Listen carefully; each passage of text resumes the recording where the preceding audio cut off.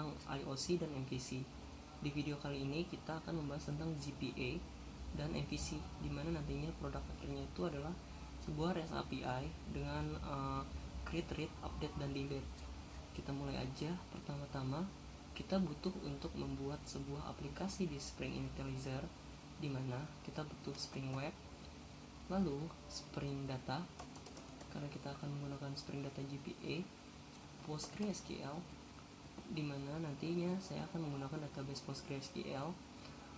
Lalu kita juga butuh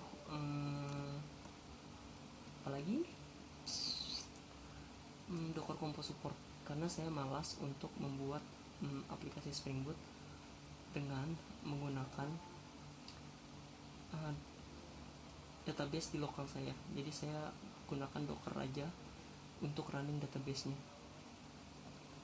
Selain ini saya sudah cukup ini aja kayaknya. Terus kita bisa generate project-nya, kita simpan di dalam playground, simpan. Selanjutnya kita buka terminal, cd playground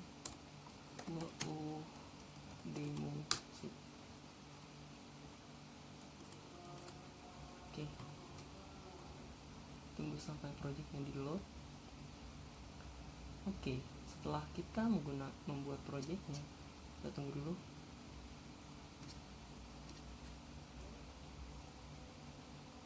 Di sini Spring Boot akan menciptakan compose file.yaml.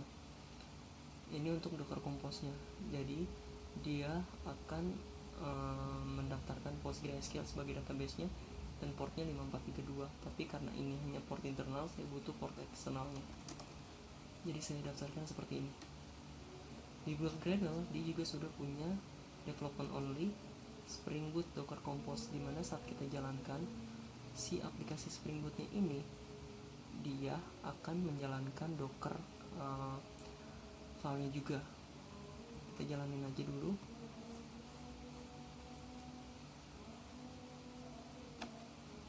Yap, Dockernya akan dijalankan juga.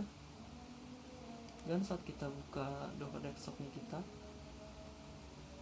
dia sudah menyalakan demo dan PostgreSQL-nya di running. Yang jadi masalah saat saya matikan aplikasinya, demo dan PostgreSQL saya juga akan ikut mati. Jadi pertama-tama kita butuh untuk mengubah konfigurasinya agar Dockernya itu selalu nyala dan tidak perlu restart terus-terusan. Di sini saya lebih suka menggunakan YAML, jadi saya pakai YAML aja. Oke. Spring Application Demo, Spring Application Name Demo. Lalu di sini juga saya butuh untuk mendaftarkan koneksi database-nya menggunakan URL.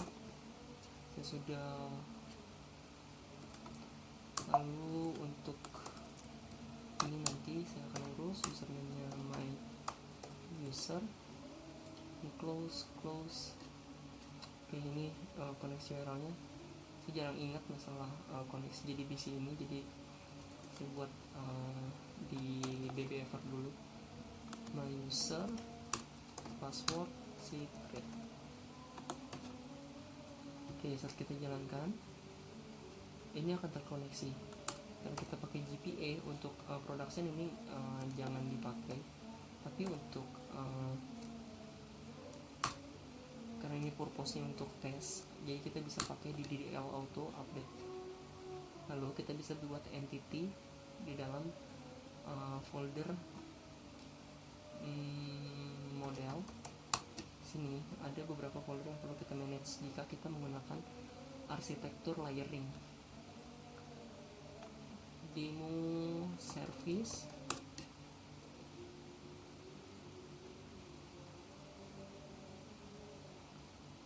demo controller, dan juga demo repository.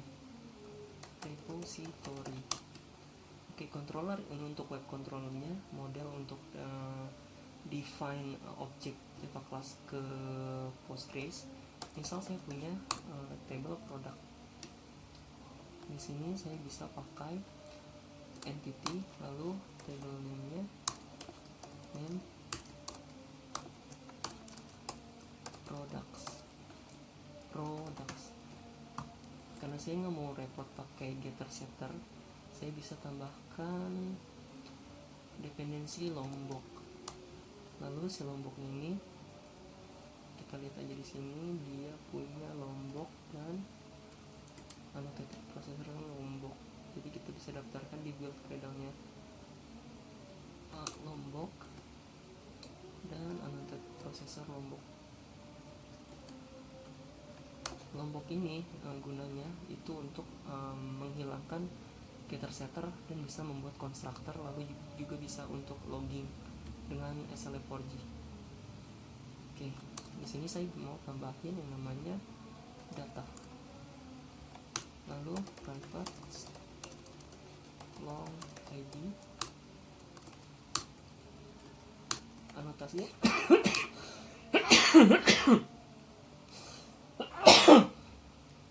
pakai anotasi ID, lalu generated value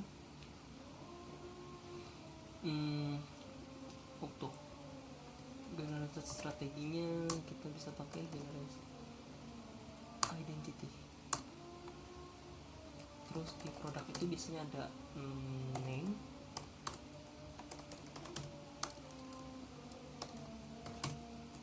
terus ada description, ada quantity, dan juga ada price. Oke. Kalau kita jalanin ulang, lalu saya coba koneksi ke dbever, test connection, browser connect. Oke. Saat kita buka, kita lihat apakah sudah ter-create si tablesnya. Oke, dia sudah ada table products. Maaf, sebentar.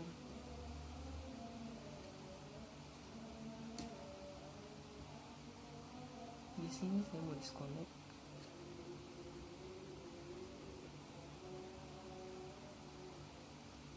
Ini database-nya masih pakai yang lama. Ini harusnya nggak ada. Delete. Saya perlu delete ini dulu aja. Delete scheme-nya. Lalu buat dari ulang.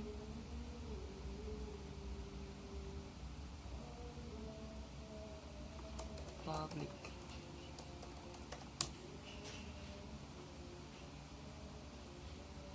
Tabelnya kosong, kita ulang. Oh, kuantitasnya harusnya integer.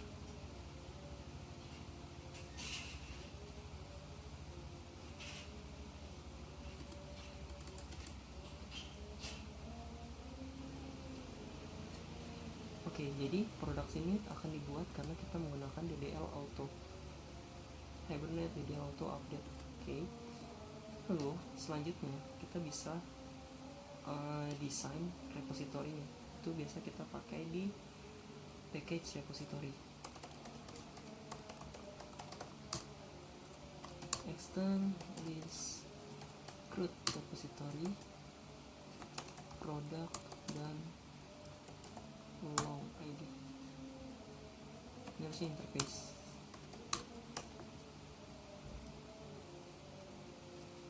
Oke, langkah selanjutnya kita bisa buat service. Product.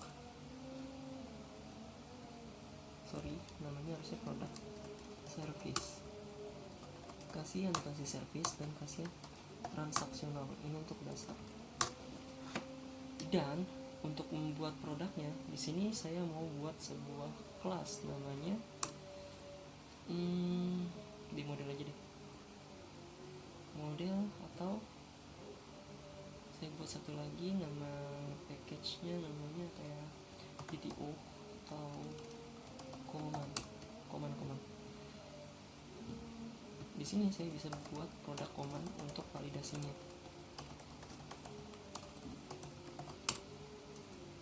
Produk command, jadi saya mau pisahkan antara create dan update. Create produk command, karena kita nggak butuh yang namanya setter getter. Dan di dalam komen saya bisa pakai ini id string name string description,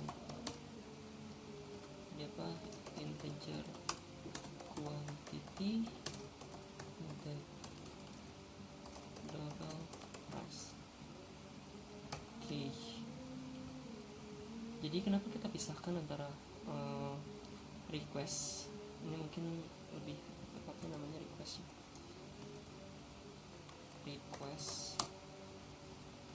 dan product entity ini, karena ini best practice, karena dia yang namanya product entity ini dia tidak boleh mengandung validasi apapun atau anotasi yang terlalu banyak lah. Jadi ini khusus untuk koneksi ke database saja. Dan kalau kita mau validasi, kita bisa lakukan di not blank, misalnya di sini not blank, not null. Kita butuh tambahkan satu bin lagi, namanya Jakarta validation.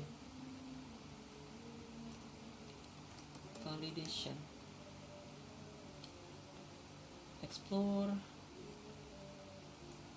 Ya, ini dia Spring Boot Starter Validation. Bisa tambahkan di sini reload. Jadi semisal saya mau validasi namanya ini tidak boleh kosong, kita bisa pakai Jakarta validation not null atau not empty, not blank. Description dia boleh kosong, quantity minimal 0, price minimalnya Rp1.000 misalnya, atau 1.000, 10, 1 rupiah deh. Sorry, quantity minimal 1, price baru Rp1. Price minimal 100, kita nggak mungkin pakai Rp50 kan. Lanjut.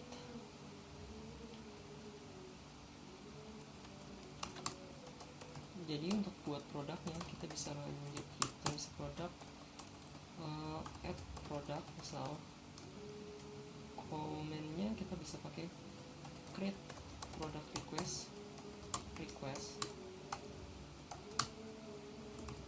Lalu di sini kita bisa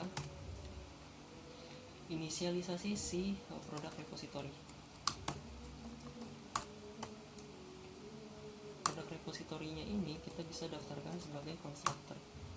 Spring akan mengenalinya sebagai repository yang seperti ini, itu namanya constructor based injection. Tapi karena saya pakai Lombok, saya tidak perlu menggunakan ini. Untuk agar dia mudah, dia bisa pakai AutoWire juga sebenarnya. Tapi maksud saya bukan agar dia mudah, agar dia dikenali sebagai repository. Si produk repositorinya dikenali, kita bisa pakai AutoWire juga. Case-nya kenapa kita pakai AutoWire di dalam constructor ini? Karena tanpa AutoWire ini aman sebenarnya. Dia akan langsung dikenali sebagai produk repositorinya, akan langsung dikenali. Tapi kalau misalnya kita punya multiple constructor, produk service seperti ini, dia nggak akan dikenali. Jadi kita bisa pakai AutoWire seperti ini. Oke, lanjut. Karena saya di sini pakai Lombok, saya bisa pakai require args constructor, dan saya tidak perlu menulis seperti ini. Repository.save produknya produk. Sini saya mau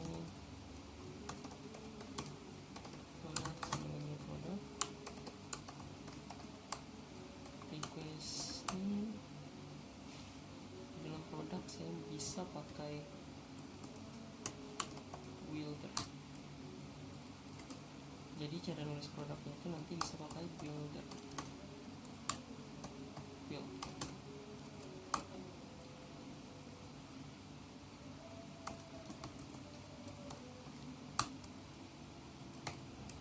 Oke, nah kita bisa pakai name, request name aja. description, request description, price, request price, quantity, request quantity. Saat dia lalu kita bisa return save product. Oke, kita coba bikin controllernya. Harus ditaruh di dalam folder controller. Product controller. Sini kita bisa pakai REST controller, lalu request mapping, lalu require as constructor, private final product service, product add product, create product request. Untuk post mapping kita bisa pakai request body return service dot add product. Wait, why? Oke, dia harus public.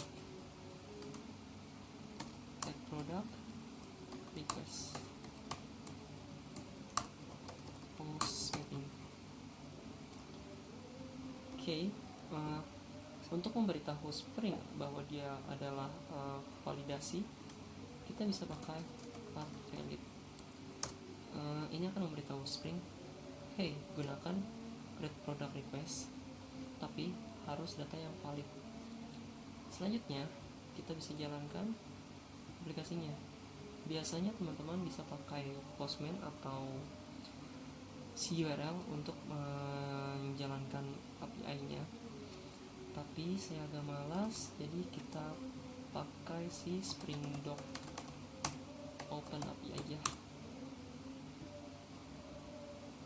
Yup, gimana cara mendaftarkannya? Oke, kita bisa pakai ini Spring Web MVC pasti. Oke, reload.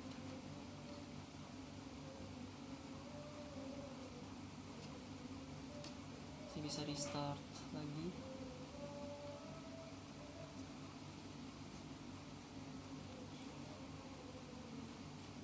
Apa sih Spring Web MVC Open API ini?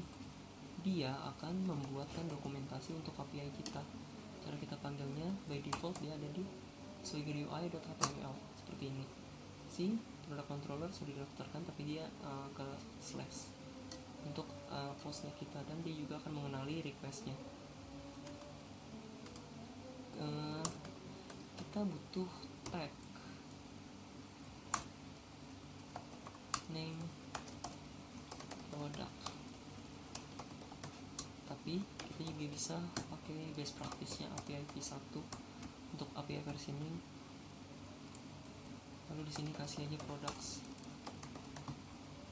restart.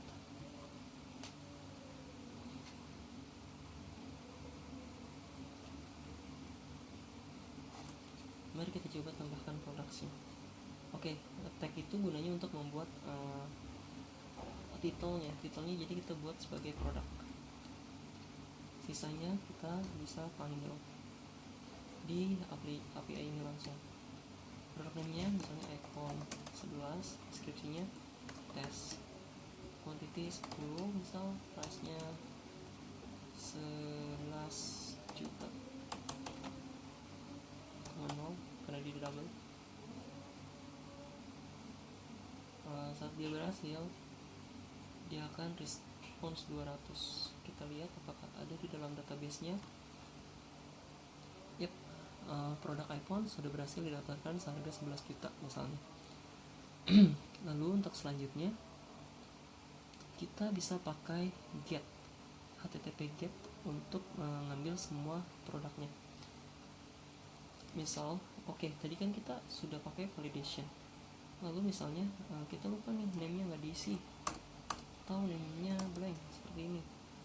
Text execute, dia akan error bad request, dan method valid argument field error in create product request name rejected value bla bla bla. Oke, seperti itu. Lalu untuk selanjutnya kita akan pakai get untuk membuat request get yang akan return list of produknya. Produk get product. Di dalam produk controlnya sudah kita siapkan, tinggal kita update di product service. Public list product get products return repository.products find all.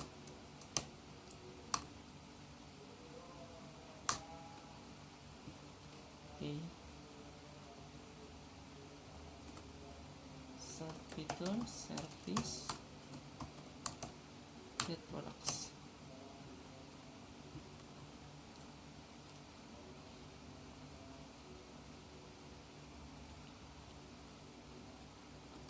Jadi nanti di dalam dokumentasinya ini dia juga akan menambahkan metode get products-nya. Saat kita jalankan, dia akan return list of products. Sorry, ada yang error sepertinya.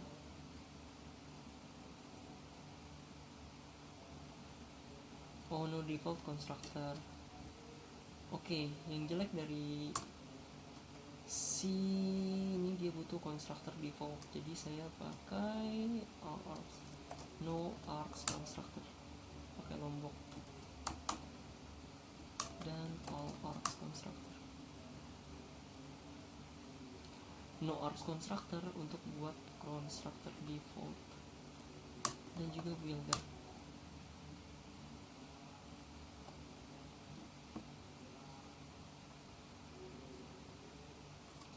Coba lagi execute. Yap, dia sudah keluar produknya di dalam list. Dan get itu bukan cuma seperti ini, get juga bisa satuan.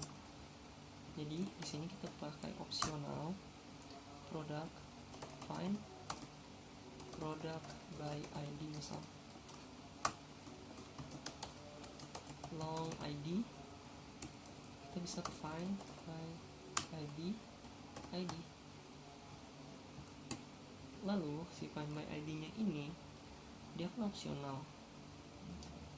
Kita bisa handle error juga di sini. Jangan opsional di returnnya. Kita mau return product or else. So new runtime exception, misalnya product not found. Jadi di controllernya nanti kita bisa buat get mapping juga, find product by ID, terus kita bisa pakai pet variable untuk ID-nya. Sini kita bisa daftarkan ID. Find product by ID. Ini bukan list tapi dia satu produk.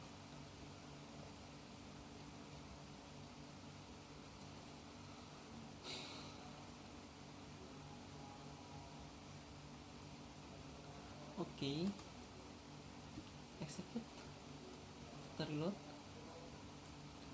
Lalu dia juga ada get products find by ID, dimana saat kita kasih ID misalnya 10, dia akan exception, internal server error.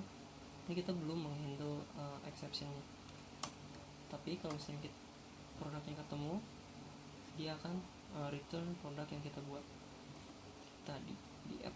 Lalu dia juga ada delete. Oke, di service-nya dulu kita buat public void delete product by ID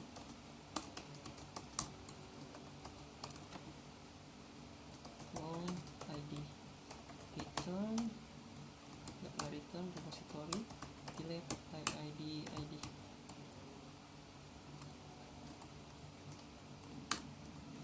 Ini void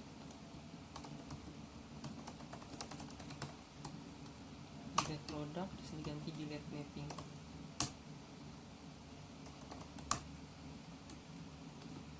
Ini juga nggak void.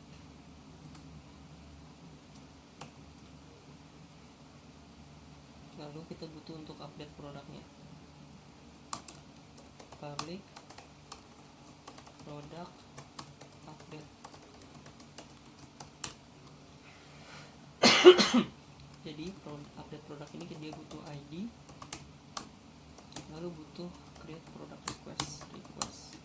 Namanya mungkin kita bisa ganti jadi product request. Oke, seperti itu.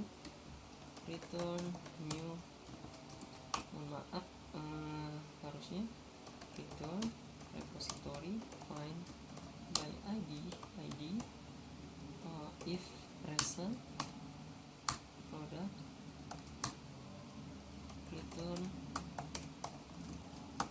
product.set name sebenarnya request.name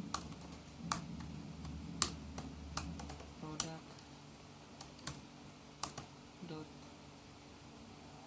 set description request description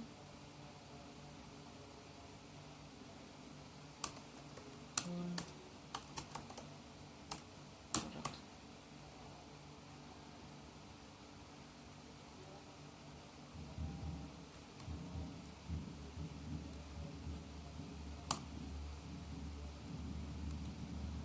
Bentar. No.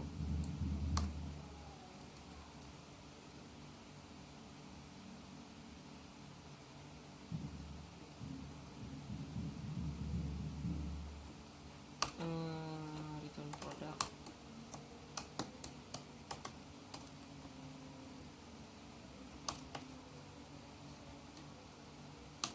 Tapi di sini kita mau return produknya, kita nggak boleh no. Selesai dulu aja. Set quantity, set description, set price, object.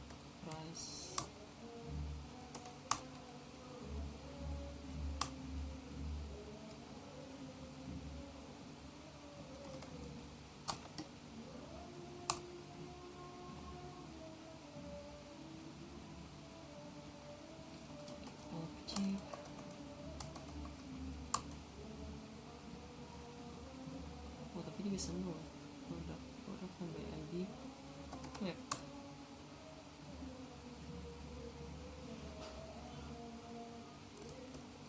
Or else row.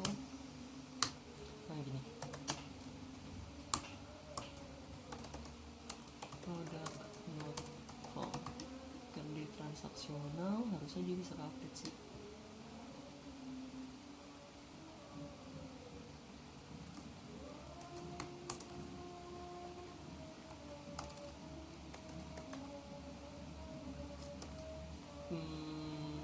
Put mapping. Oke. Kita juga butuh kayak variable ID-nya. Dan di sini kasih ID.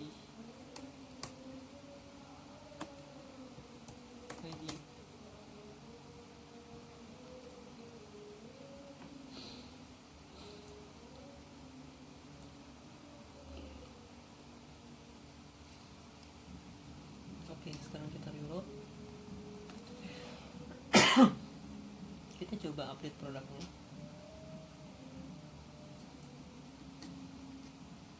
ID 1, name, productsnya tadi mana?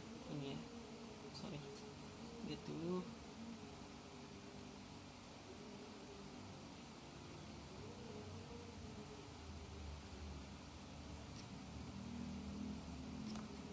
Oke, ini dia produknya. Lalu saya coba update pakai di sini nih, ID-nya 1 iPhone, misalnya stoknya berkurang jadi 9.